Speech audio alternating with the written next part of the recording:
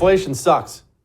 You see, they asked me to try to explain the inflation numbers for today, but we have Carol Roth coming on. I don't know why I would inflation. Look, it's 3.2%. That sucks. That's on top of whatever it was, 8% last year, like 5% the year before. Essentially, we're all dead, broken, poor because these idiots thought we should shut down the country for a virus and then print trillions of dollars and spend trillion-dollar bills. And so now we're all kind of screwed.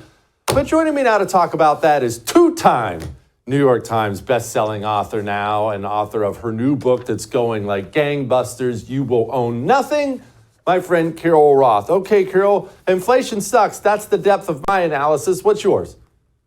I kind of feel like that is the analysis. I mean, what more is there to say? The reality, as you said, is even though the headline number looks smaller than it has in previous years, that is a compounding effect. And so we have seen double-digit inflation on what has been reported. I think the real inflation in people's lives is about double that. And unfortunately, people are really struggling. They're in what I call individual or personal recessions. We see that credit card debt has hit $1 trillion, that people are doing early withdrawals from their 401k plans, that they're saving less. So they are dipping in to their personal balance sheets to prop up the rest of the economy. So the economy itself sounds like it's doing just okay, but really, if you look at the individuals, particularly the middle and working class, those are the people who are truly getting crushed. And when you hear that Bidenomics or the Democrats are the party of the middle class, they're the party of destroying the middle class. Carol, what's the Fed do now? I know, thanks to your education for all of us, the Fed targets 2% inflation every year. Well, we ain't at 2% or 3.2%. What's coming next?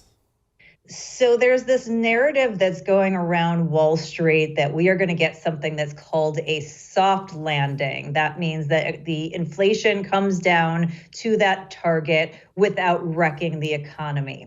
And I call this, and have for a while, the horror movie economy. Because, like in horror movies, Jesse, when everybody thinks that it's safe to come outside, that the killer is gone, and then they come out and he's there with the chainsaw, and then they all get murdered. I kind of feel like that's the point that we're at right now, that it seems like things are on the right trajectory and that they're moving along. But there are many points of concern, but a couple that I want to point out for you. One is that consumer. As I mentioned, they're in these very difficult personal situations. Their balance sheets are getting wrecked.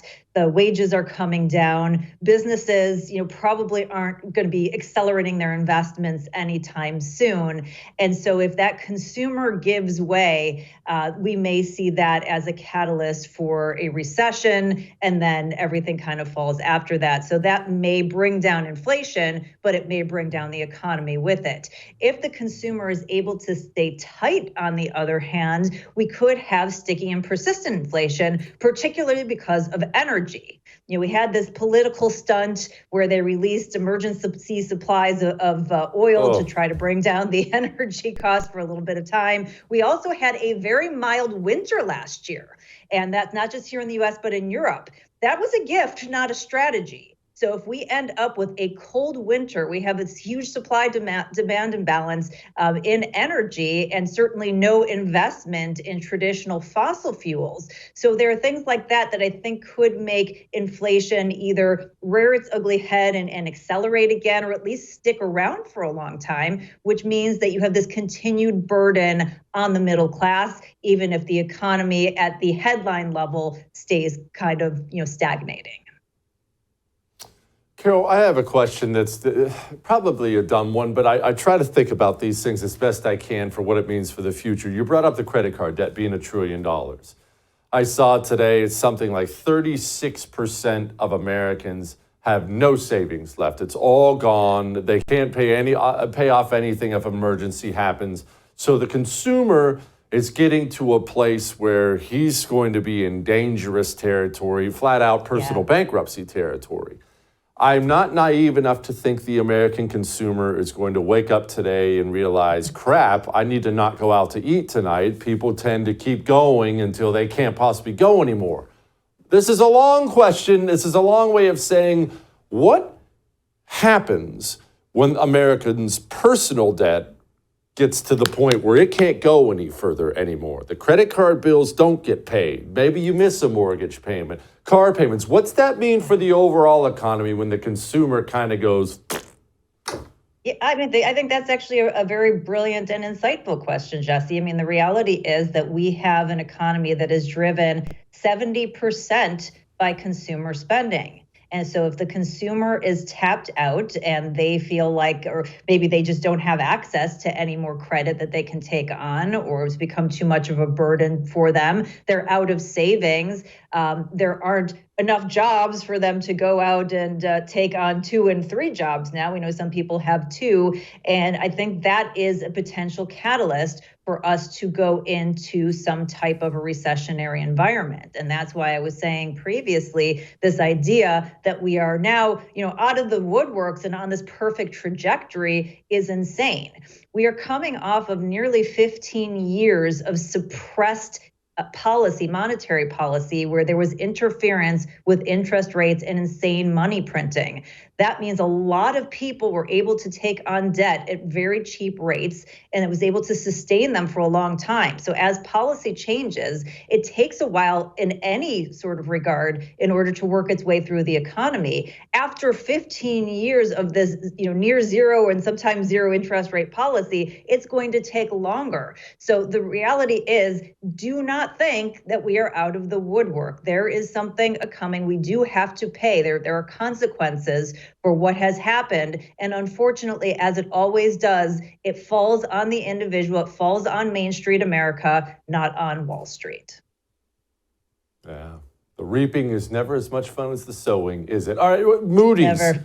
Moody's is downgrading 10 regional banks. First of all, what is Moody? Carol, what is this, a bank run by a woman? What does it matter, and what do we care about all this for? I thought you were Moody, Jesse, but yes, so Moody is one of the ratings agencies, and the ratings agencies are somewhat useless, as we saw in the Great Recession financial crisis, and even the recent downgrade of the U.S. debt. One of the ratings agencies downgraded the U.S. debt back in 2011, and then Fitch put them on warning, and it took them another 12 years to go, oh, maybe I think you have a debt problem. So they're always behind the 8 ball, but they do have concerns over the banking sector.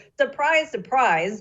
So even though the Fed and everyone else is trying to reassure you that everything has been taken care of, again, this insane policy that they had that caused the banks to take on too many deposits and too much risk early on, and then when the Fed changed course, get caught with their pants down, quite frankly, has not worked its way fully through the system yet. And so this is what Moody's is telling you. They're saying there is still structural risk within the banking system, and they got around to downgrading some of these banks, and I think we're going to continue to see fallout, whether that means quote unquote emergency mergers or more bailouts or whatnot.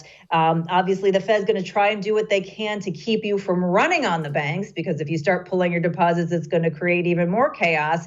But again, this is a good time to remind people, make sure that you're within FDIC limits, that you have the FDIC insurance. If you're with a credit union, it's NCUA. Make sure if you've gotten away from that and feel like, okay, things have calmed down a little bit, this is a long game that we're playing. And even though we are in this period of quiet, expect that there is going to be chaos again. Banks are a huge potential issue, not just because of that. There's another thing in terms of commercial real estate, with a lot of that coming due, higher interest rates. And as we know, a lot of people haven't gone back to work in big cities, so they don't have the same occupancy rates. So lots of headwinds in the economy out there. Oof. Buckle down, have personal austerity, do the smart thing, and wherever you can, own hard assets.